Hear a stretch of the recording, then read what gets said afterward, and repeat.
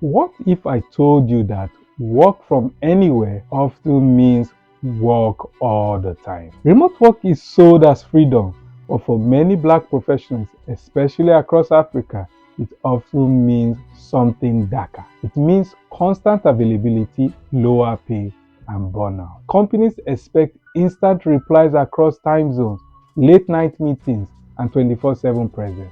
Add unstable internet, high electricity costs, and bias. Remote work stops feeling like equity and starts feeling like exploitation.